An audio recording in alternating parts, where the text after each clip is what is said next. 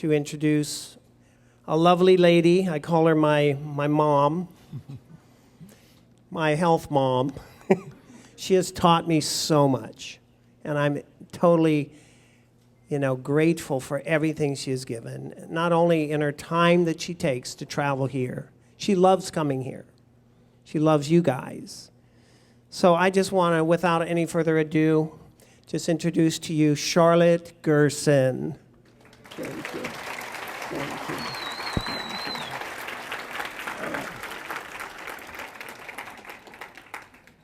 I have a little different idea today that I'd like to explore with you.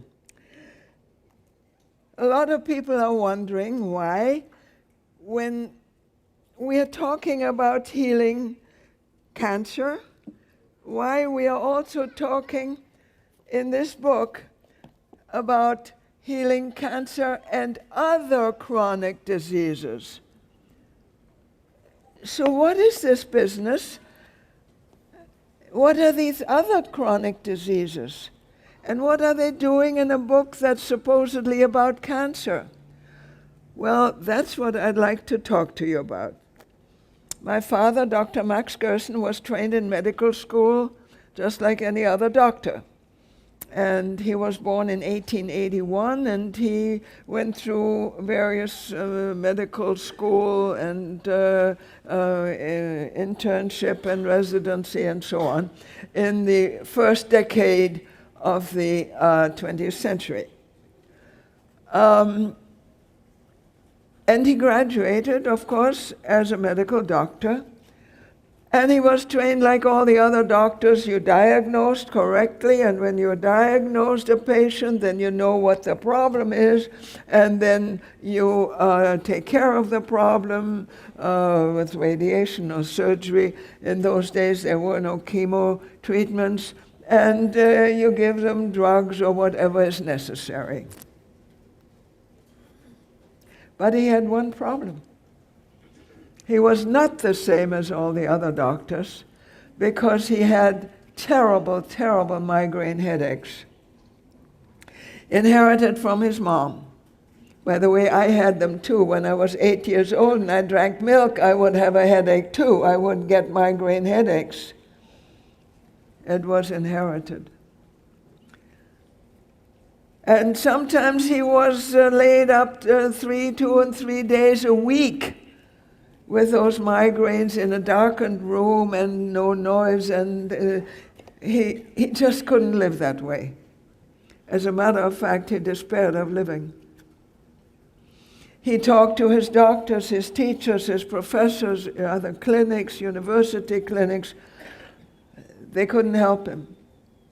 Finally, one of them told him, well, just look it up in your books, and you'll see that when you get to be 55, you'll feel better. But I'm 25. He couldn't visualize 30 years of suffering like that. And he decided he was going to find an answer. He's going to find it. And if he didn't, he really didn't want to live. So he set out, and he traveled, and he went to other doctors and consulted at universities and professors, and he subscribed to medical journals, and he went any place and anywhere where there was any possible promise of something positive happening. Nothing. Except one time, and it was already well into many, many months, possibly years of searching, that he found one little paper, obscure little medical journal. I believe he said it was in Italian. He had those things translated. He didn't know Italian. And it said that this woman whom they're talking about, this woman changed her diet, and that improved her migraines. Diet? You never heard anything about diet. Nobody spoke about diet in the first decade of the 20th century. That was for the cooks in the kitchen. That was not for a doctor. But he thought there was, nobody had any other suggestions, so he might as well try it. And he did. He tried to drink milk, and that made him just as sick as ever. And then he was thinking about some possible ancestors who lived on roots and greens and vegetarian foods. And since he was born and lived in Germany, he knew there were always apples available, and he started to eat nothing but apples, and baked apples and cooked apples and applesauce and apple juice and raw apples and grated apples. And he was well. No problem. And built on that, now he started to add one thing after another. And if something didn't agree with him, he would know it sometimes within 20 minutes he'd have a migraine. So he slowly developed his own diet to control his own migraine. But he had been trained by one of the top professors of Germany, neurosurgeon by the name of Otfried Förster. And as such, he had a shingle on the outside of his office which read, "Internal and nerve diseases." But of course, migraine headaches qualified. And patients would come to him and complain of migraines and how sick they were and how miserable they were. You'll probably, if you have migraines, you know exactly what they're talking about. And he told them frankly, I had very serious migraines, he said, and I'm doing this and this and this. I don't know if it'll help you, but you might as well try. And he gave them his migraine diet. And invariably they would come back after 3-4 weeks and say, Dr. Gerson, I'm fine when I do just what you tell me to do. If I cheat, I could have a migraine within hours. Okay? Okay. So he had more and more migraine patients because they kept referring others, until one of them came back to him, look, Dr. Gerson, I had serious migraines and they're gone. I feel great. But I also had skin tuberculosis. Lupus vulgaris, it's called. It's tubercular lesions in his skin. And that's gone. So Dr. Gerson said, no. That's an incurable disease. It must have been something else. But the guy pulled a paper out of his pocket, and sure enough, the lesions he had on his arms and on his face, I remember when I was a kid, maybe 6, 7, 8 years old, I saw some of these skin tuberculosis patients coming into my father's office with the tip of their noses missing or an ear missing, and I was much impressed as a child. And he proved that this was skin tuberculosis. My father wasn't trained that way. He was trained for each disease there's a different treatment. And what does skin tuberculosis is an infectious disease. What does that have to do with migraines? He couldn't figure it out. But he wanted to know. And he was always experimenting and wanting to know. So he told this guy, he said, look, it's relatively rare disease, and I see mostly internal and nerve diseases. Do you know others who have the problem? Oh, sure, in the hospital where I was. My father said, look, send me 2 or 3 patients. I'll treat them free of charge. I just want to know. And they sent patients. And Dr. Gerson treated them, and they too recovered without migraines on the migraine diet. He was amazed. Sauerbruck, on the other hand, said, we will test it. First of all, Sauerbruck was the greatest lung tuberculosis specialist in Germany at the time, and he was a professor, and he asked Gerson to come to where he lived. It was, you didn't fly in those days. It was about a 6-hour train ride away, and Gerson came to see him, and he told him what he was doing. And Sauerbruck said, well, we'll try it. We'll try it. I'll get some skin tuberculosis patients together, and we'll give them your migraine diet, and we see what happens. Well, he did exactly that. He didn't do some, he did 450 seriously advanced skin tuberculosis patients with very bad lesions.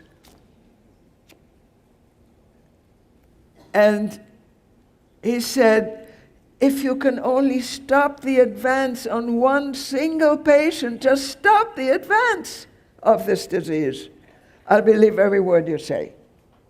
Right? Well, Dr. Gerson didn't just stop the advance. 446 of those patients recovered.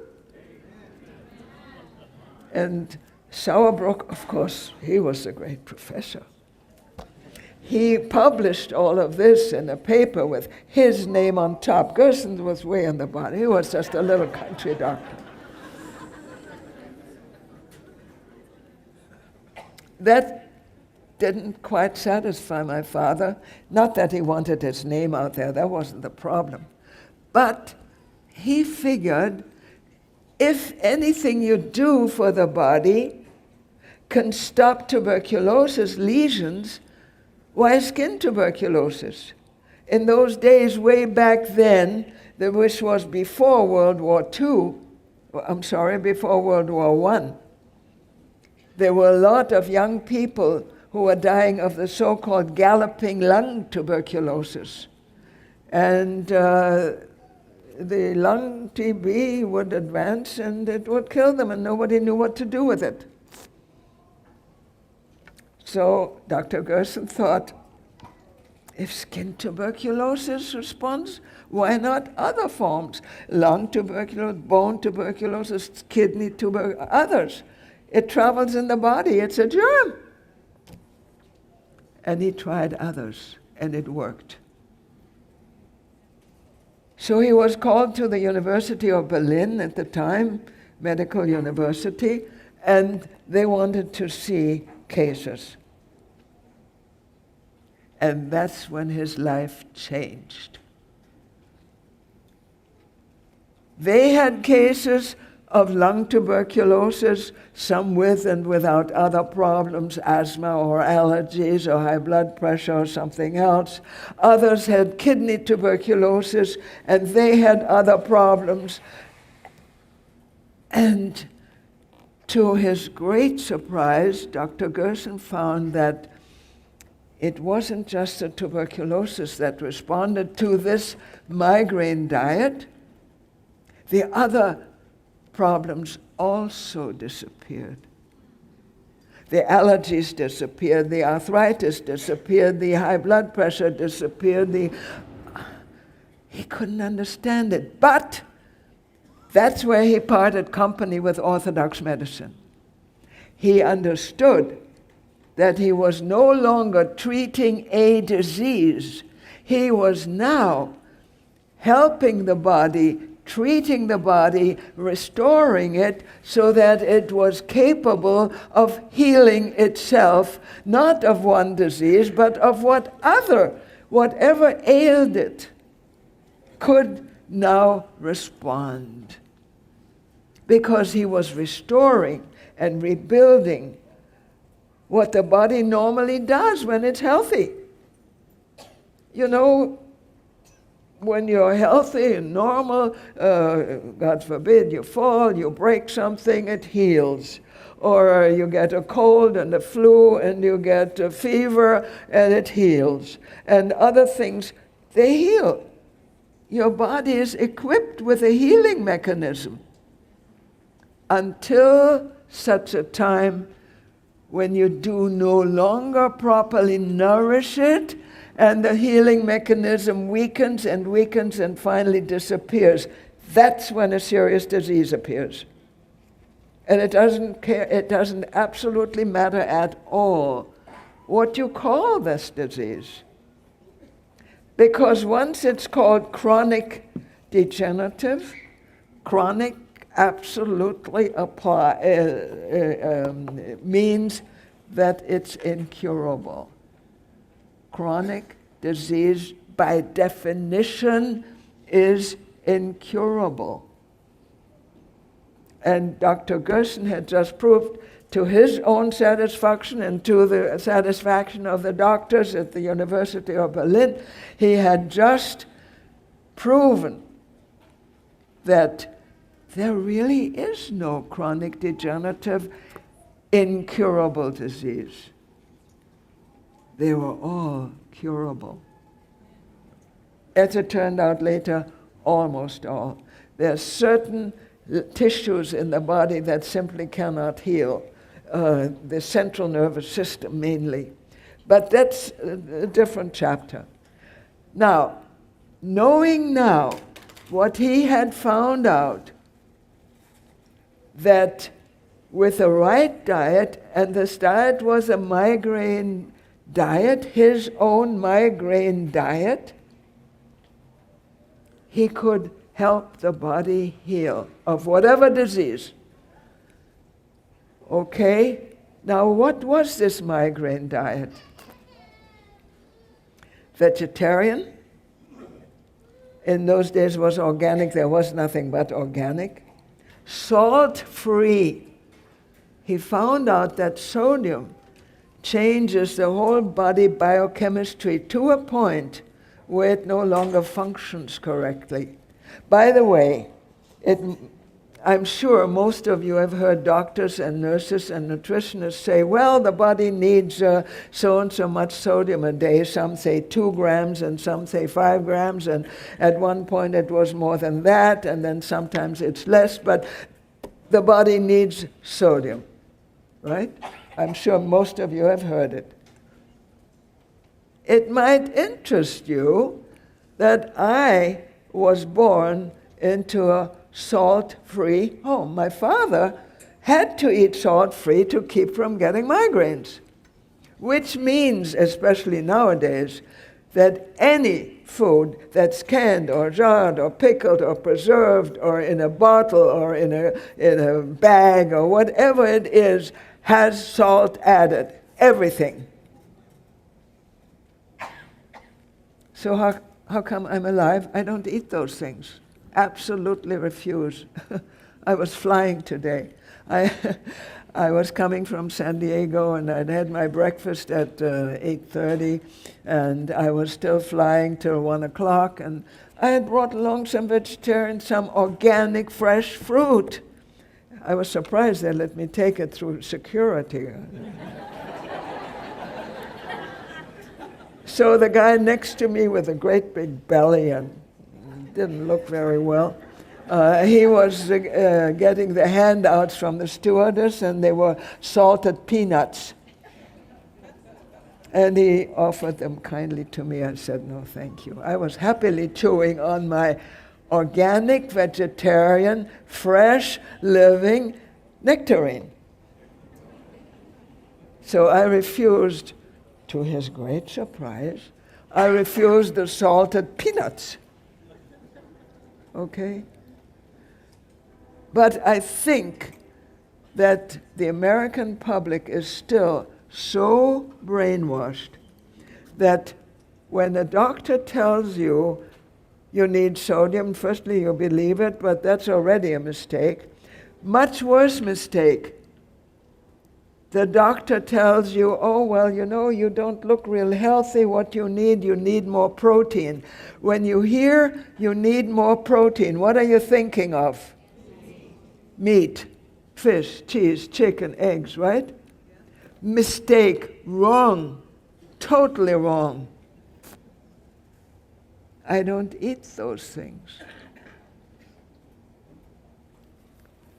Sometimes our patients in Mexico, when they were starting to recover from terminal cancer, they say, well, where am I getting my proteins? I've heard that question so often. I got tired of it. And when I get tired, I get nasty. I ask them back, instead of giving them a nice, straightforward answer, I ask them back, can you think of the biggest, strongest land animal that's living here on this earth with us? The biggest and strongest ones? Would you agree elephants? Or maybe beef, big cows, and some of those animals, aren't they big and strong? Yes. So where are they getting their protein? Where does the cow get it? It gives birth to a great big baby and gives milk for the baby. Milk? It's fine for the baby. It's not fine for people. Okay, so where does the cow get the protein? Grass? You told me, I tell them, you told me, but you're right. And the elephants, what do they eat? They eat roots and grains, and they eat, well, grains less. They eat leaves, and they eat cabbages or whatever. They eat every kind of vegetable. And they're great, big, strong animals. They're pregnant 2 years. And they give live babies, great big ones, that are ready to walk. On vegetarian food. Okay, all right. This is what's really happening. The human body is not designed for meat eating. The human body, our teeth, are not the teeth of meat-chewing animals. Our teeth are the teeth of vegetarian animals. We are grinding teeth. Our esophagus has starting digestion.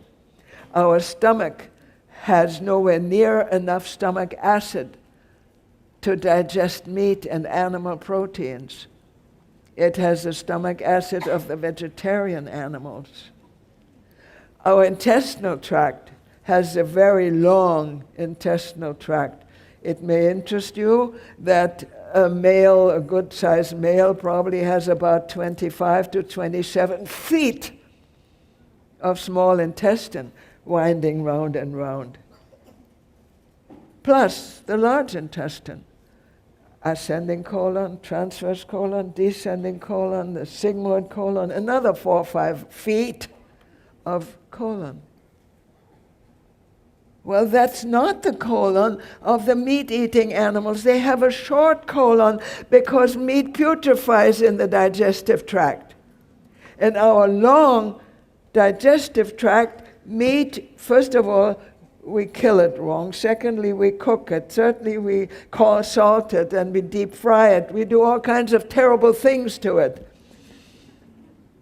And it rots in our long intestinal tract. Then we are surprised that meat isn't healthy. It can't be. We are not made for meat eating. Tomorrow I'm going to tell you a little more about that because the pancreas is involved too. Our whole body is involved. And we are unable to properly digest meat and fish and cheese and chicken and eggs and animal proteins.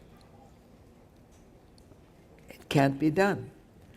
There is something very interesting. There's a beautiful book being written by a professor. He was a professor of nutrition at Cornell University for a number of years, and he was, I believe, I heard him here.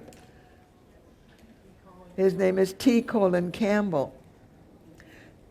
Professor Campbell was born on a milk farm. And of course, all he heard from his parents and from all the people around, milk is the best food, it's the whole food. Then tell me, if that were so, why is it that animals who give birth to live young, vertebrate animals, and to nurse their young, only nurse them up to a certain point.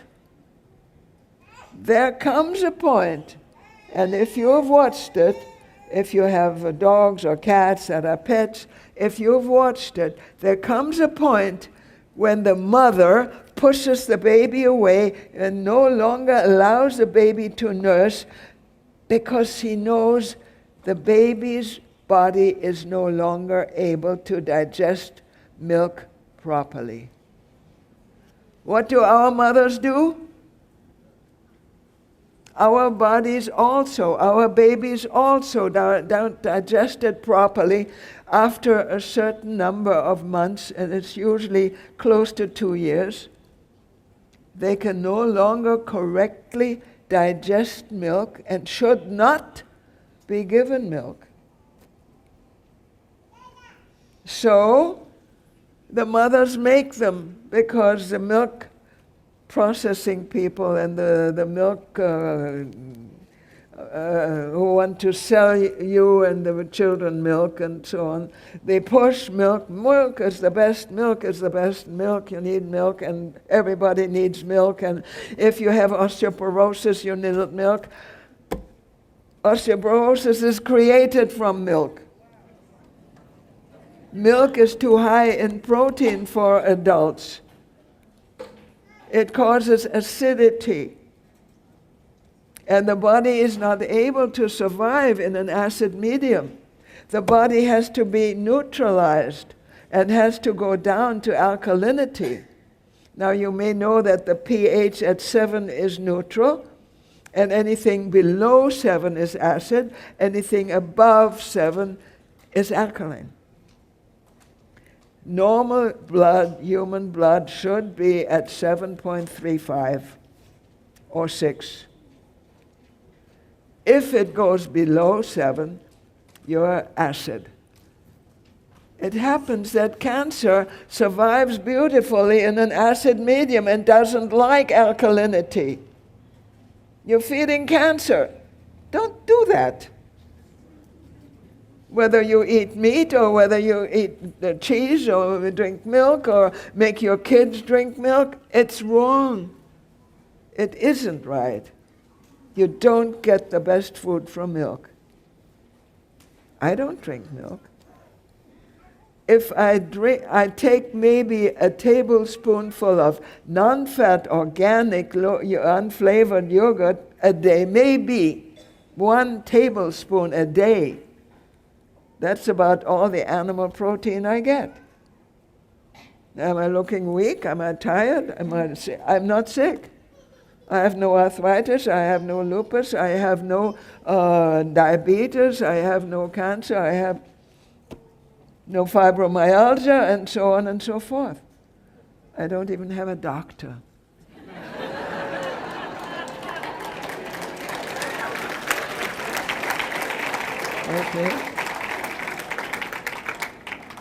Okay. All right. So there's the right way and the wrong way. And once people understand that the right way for the human body is vegetarian and organic and salt-free, and that's the same for cancer treatment. What do you think we do for cancer patients in Mexico? We feed them organic, vegetarian, salt-free, and we detox them. Of course, they're so toxic by now. Now, how do you get toxic? First of all, you eat salt, and salt is damaging. It's very seriously damaging. It changes the body biochemistry, and it also causes acidity, and it feeds cancer. Cancer doesn't grow well without salt. You can't do that. And we see also, very painfully, we see that a very large percentage of patients come in, men and women both, at the age of somewhere in the middle 50s, 52.3 to 57.8, something like that. That's when the body stops being able to fight. The body fights as much as it can. The body fights the toxicity from the meat eating, from the pesticides and fungicides, and from the foods that are improperly fertilized. It's very interesting. When my father was just a little boy, he was 7 or 8 years old, he loved to play in his grandmother's garden. She used to plant flowers and grains, and she planted fruit and vegetables. And then one day she heard about artificial fertilizers. Hey, she thought, that sounds good. I don't have to worry about smelly stuff and spreading it just right and clean. And she started to try it. She separated a piece of her garden, just a little piece, and she tried this artificial fertilizer, which came out, if my father was 7 years old, it was in 1888 or 9. And my father would come and play in the garden and watch the plants and watch the flowers, and then he saw the bed that was fertilized there with the artificial fertilizer. And to his tremendous surprise and amazement, he could see the worms, the earthworms, wandering from that plot of land across a path to the plot of land that was properly fertilized with natural fertilizer. He never forgot that. Nature does it right. And what the FDA does is not nature. The Fraud and Death Association.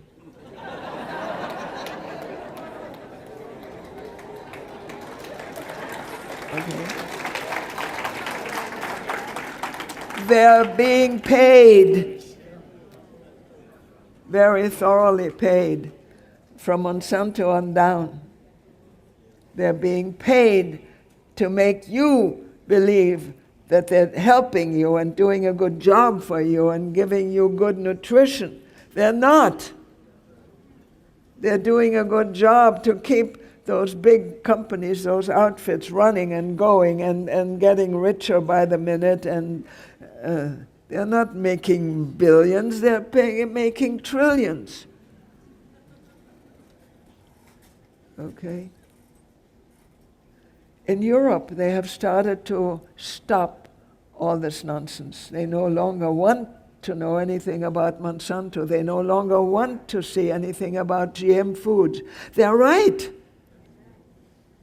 If you give animals GM foods, they die. Horses, racehorses, they have fed them GM foods. They've died. These are expensive animals. They die. GM food is not healthy. And you know, Monsanto has spent, and some of the others, they have spent billions to defeat the amendment to make it a law to make it required to label GM foods properly. And they did apparently confuse Americans enough so that they voted it down. It's terrifying. It's very, very serious. Okay? Now, then we get other things, very interesting and very important.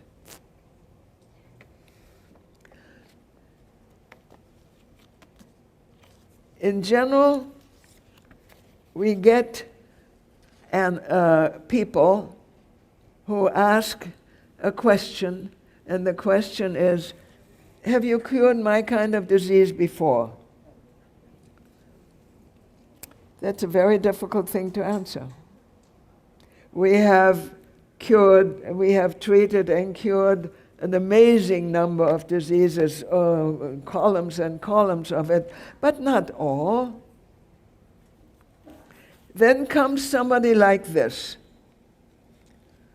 A little boy is born with a strange kind of situation, a disease, From the day he is born, literally, he would nurse. He was nursing. And he would vomit 1/3 to 2/3 of his food. And no matter what they fed him, he vomited up to 2/3 of his food. And of course he couldn't grow properly. He was emaciated. That's from a tiny baby. And the parents took him to doctors and professors and teachers and nutritionists and everything. Nobody knew what to do with him.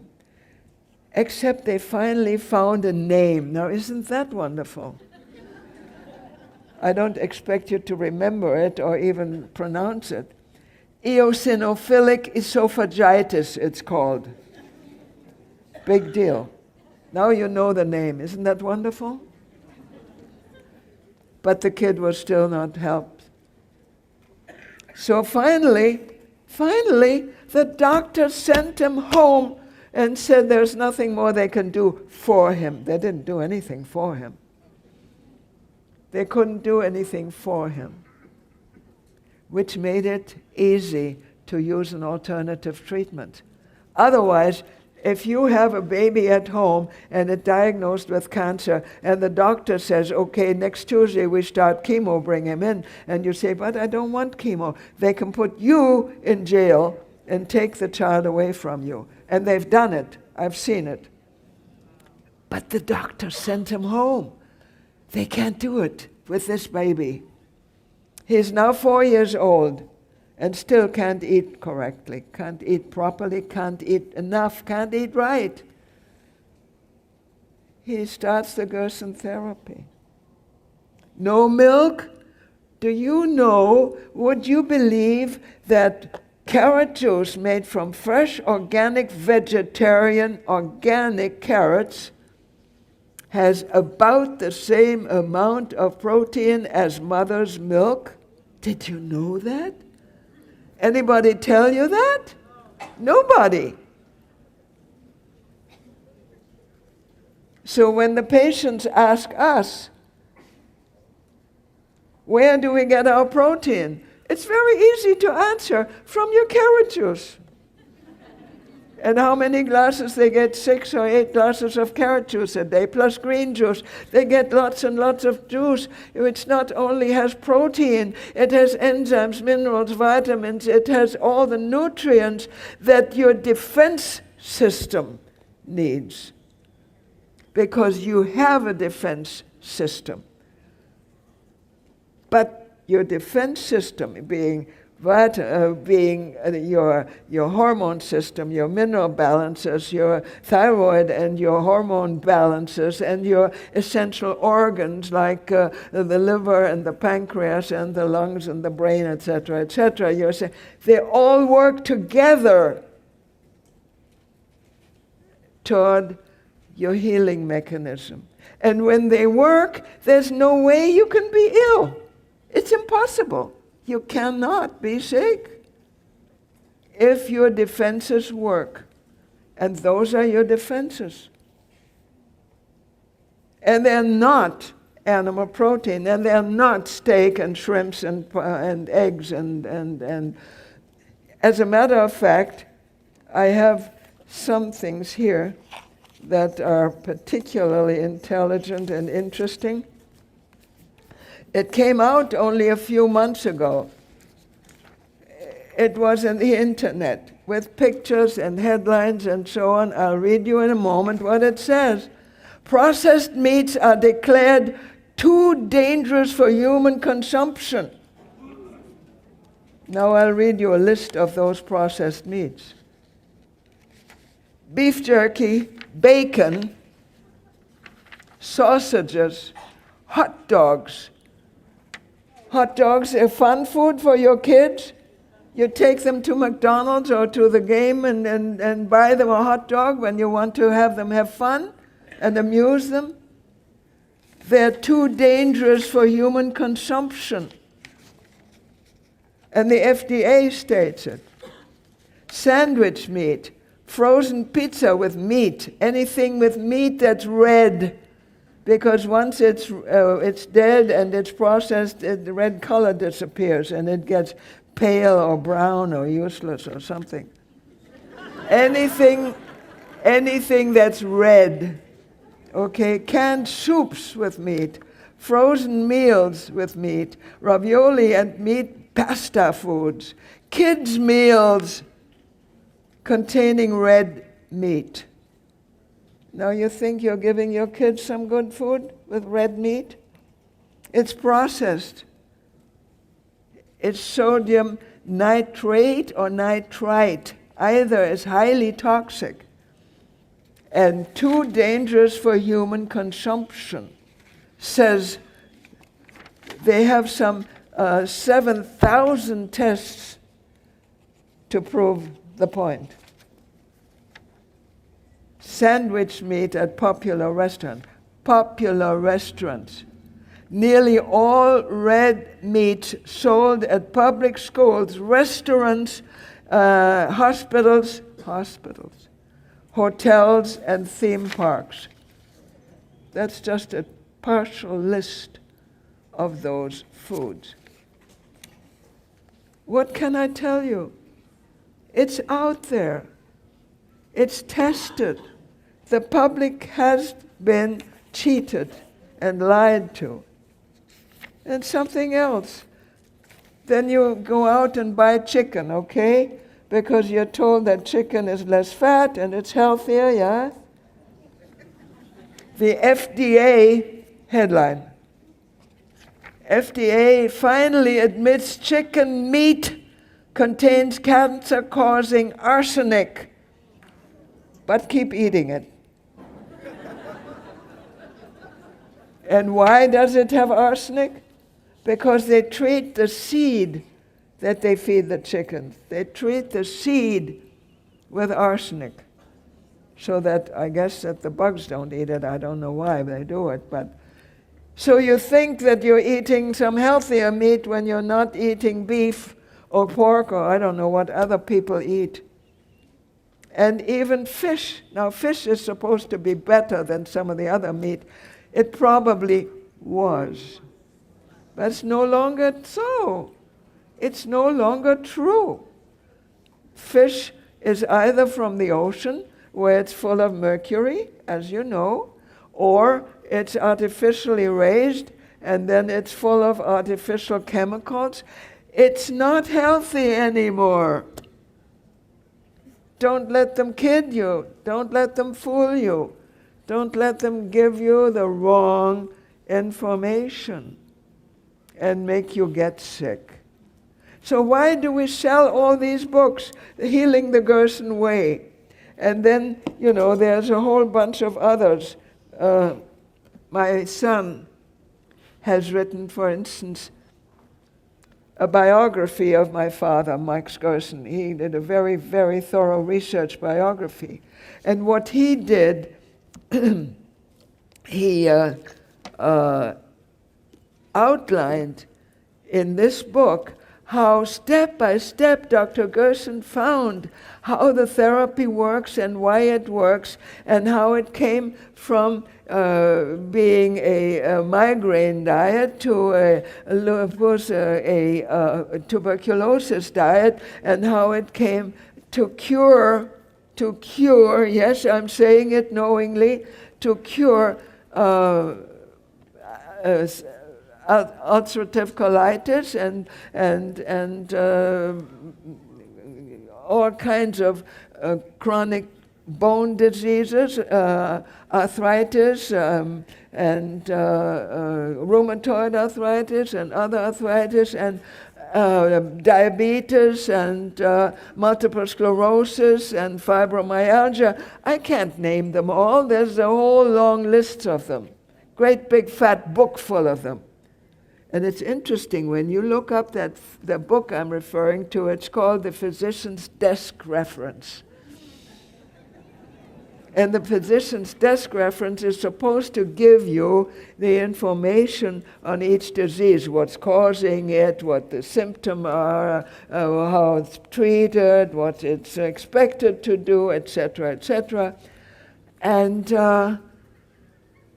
You look up a simple thing like a headache, migraine headaches, and it'll say the underlying problem is poorly understood, which means we don't know what it's all about, right? Or when you look up multiple sclerosis, the problem in this disease is unclear. What does that mean? We don't know what it's about, okay? But what they have done, and this is, I mean, it's just so horrifying. What they have done, for instance, with multiple sclerosis, they don't know what to do with it. They don't understand what it is. They don't understand how it comes, how and why it disturbs the myelin sheath around the nerves, which is what it does. Why and how it does that. So somebody said, well, maybe its immune system isn't working. So somebody grabbed that. Oh, that's an idea. We'll call it an autoimmune disease, and then we can treat it. We can finally treat it. We call it autoimmune, and we convince the patient that his own immune system is destroying his tissues. So we have to kill his immune system. And they call it autoimmune disease, and they kill it with chemotherapy, and they've never cured anybody. Never. The Gerson therapy cures it. It's 100% curable. And that's why the book is called Defeating Cancer and Other Chronic Diseases. Because it's not just cancer. And you know, the public is being told it's either one disease or another. You can't cure them all. Yes, you can. Not with their methods. If you give the body the opportunity to restore its own defenses, its immune system, enzyme system, hormone system, essential organs, the body will heal. I'll tell you again, the body does heal. It has this healing mechanism. And by the way, just for your general interest, as you know, I'm 91 years old. Last August, I had an unfortunate fall. I got my foot caught in an electric cord, and I fell. And you know, when people my age fall, that's a pretty dangerous situation. I broke 2 bones in my pelvis, and doctors don't do surgery on that. One of the bones was close together and was able to heal, but the others were like so. How is that going to heal? My son pulled out this book, my father's original book, A Cancer Therapy, Results of 50 Cases. It's really passed up by this book. It's essentially the same, and it gives, it's in a much easier to read, and it's more for the public rather than this, which is more for researchers and doctors. But it's essentially the same. But in this book, there is a case, there's one case where a woman had,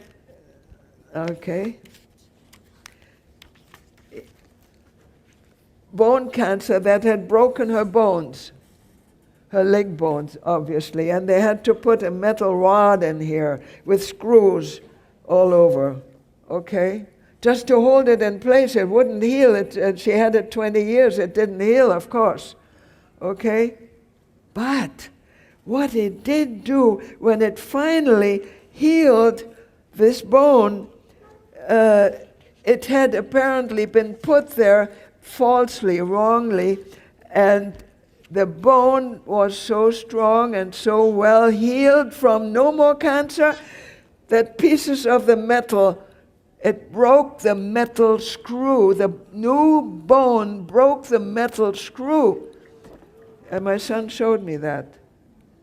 So if it breaks the metal screw, it can get my bone back together. It did. I'm walking. Okay, I am not an Olympic athlete, okay? But I'm walking, I'm up. I traveled by myself alone from San Diego. I go to the airport, and I go to my seat and so on.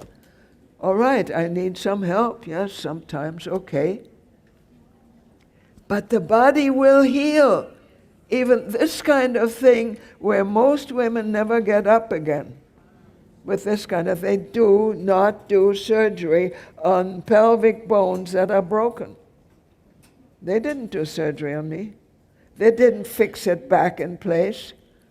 It did this by itself. It healed.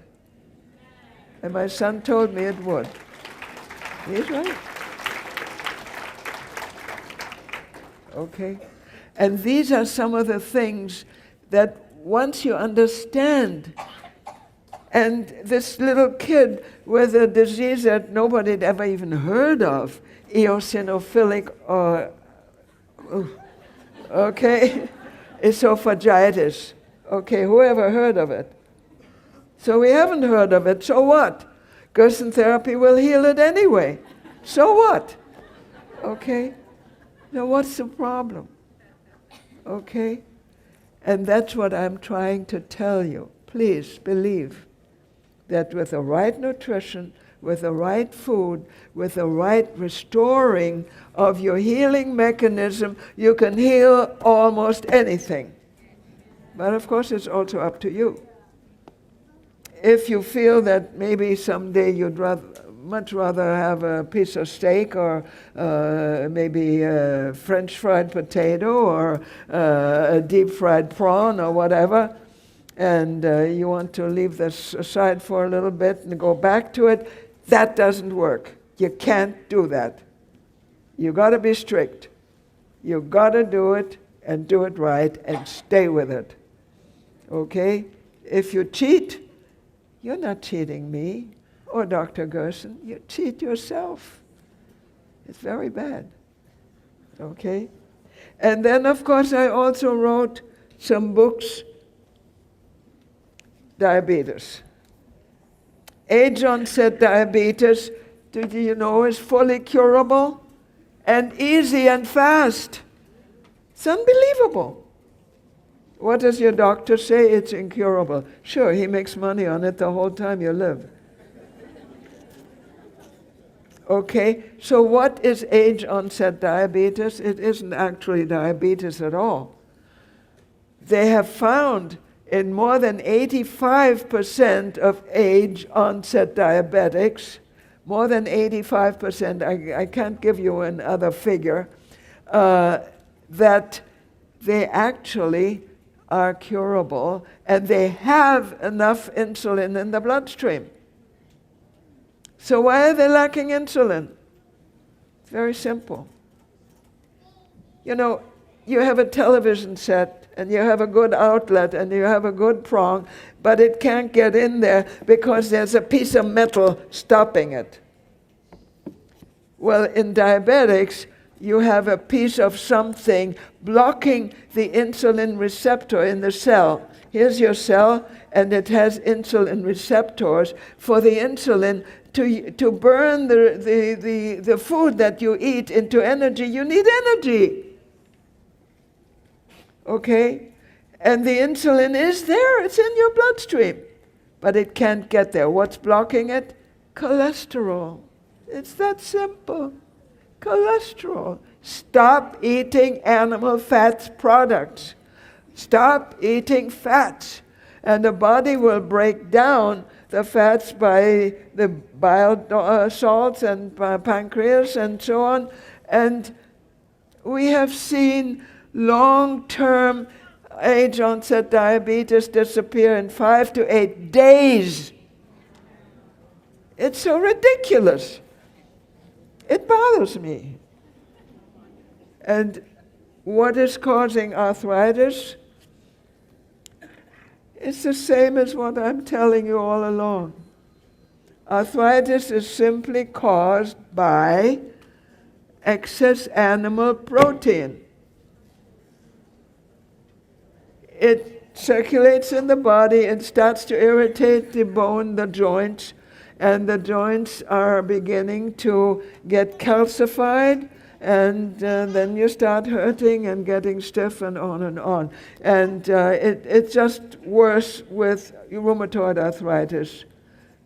And we have seen in rheumatoid arthritis patients, we have seen the joints, that go sideways and out, and then, where they can't use their hands, their fingers anymore, and pain, and their shoulders and their hips, and I don't know, everything. It goes away. Stop eating animal products. Stop eating salt. Stop eating junk food out of bottles and jars and papers, and whether they give you salted peanuts on the airplane or any place else makes no difference. Don't eat that stuff if you want to be well. But you got to be strict and serious about it. There's no point in doing it halfway and then saying, well, the Gerson therapy doesn't work. It does. Question is, do you? Okay. All right. So we have the answers to virtually every disease, with one exception, the chronic degenerative disease of the nervous system, which is often, Huntington's chorea, which is inherited. By the way, we have wonderful results with inherited diseases, as is, for instance, the migraine headaches I had. But we have a patient who has, I have to look that one up. She came to learn the Gerson therapy, and she had a seeing eye dog. And I asked her, what's the problem? And she said she has an inherited disease, by the retinitis, name of retinitis pigmentosa. Her mother had it, is blind. Her uncle has it, is blind. Her brother has it, is blind. She has 4% of her vision left when she came to us. I told her what to do. It's very simple. Carrot juice. Stop the salt. Oh, my mother uses a lot of salt. She is Oriental and she uses a lot of salt. Stop it! She said, while she was driving down, of course she wasn't doing the driving, she can't see. They had to stop about 3 or 4 times between San Francisco and San Diego because she was cramping. Cramping, I know immediately, she's taking a lot of salt. It's caused by salt. So I said, stop the salt. Drink carrot juice. And when you drink carrot juice, when you press it, there's the press cake left. And the press cake, mix it, I told her. Mix it into your dog's, your seeing eye dog's food. And she says, yes, and he's starting to lose his vision, and he is itching and so on. And then it happened that about 5 months later, she was traveling and wasn't all that strict, but 5 months later, from 4% vision she had left, she had 60% vision again. Okay? And then another month and a half or 2, she could look in her closet and see the difference between black and navy blue. Now, you got to have pretty good color distinction to do that. Okay? So, yes, it works, and this is hereditary. The whole family has it, and is blind. And she wasn't quite blind yet. And she's still improving. She's doing very well. Retinitis pigmentosa. Okay? It works. And whether we have cured it before, like eosinophilic, or whether we've cured it before or not, it doesn't matter. The body will heal. Okay? And I think I should stop now. I think it's time you people get released and do what you'd like to do.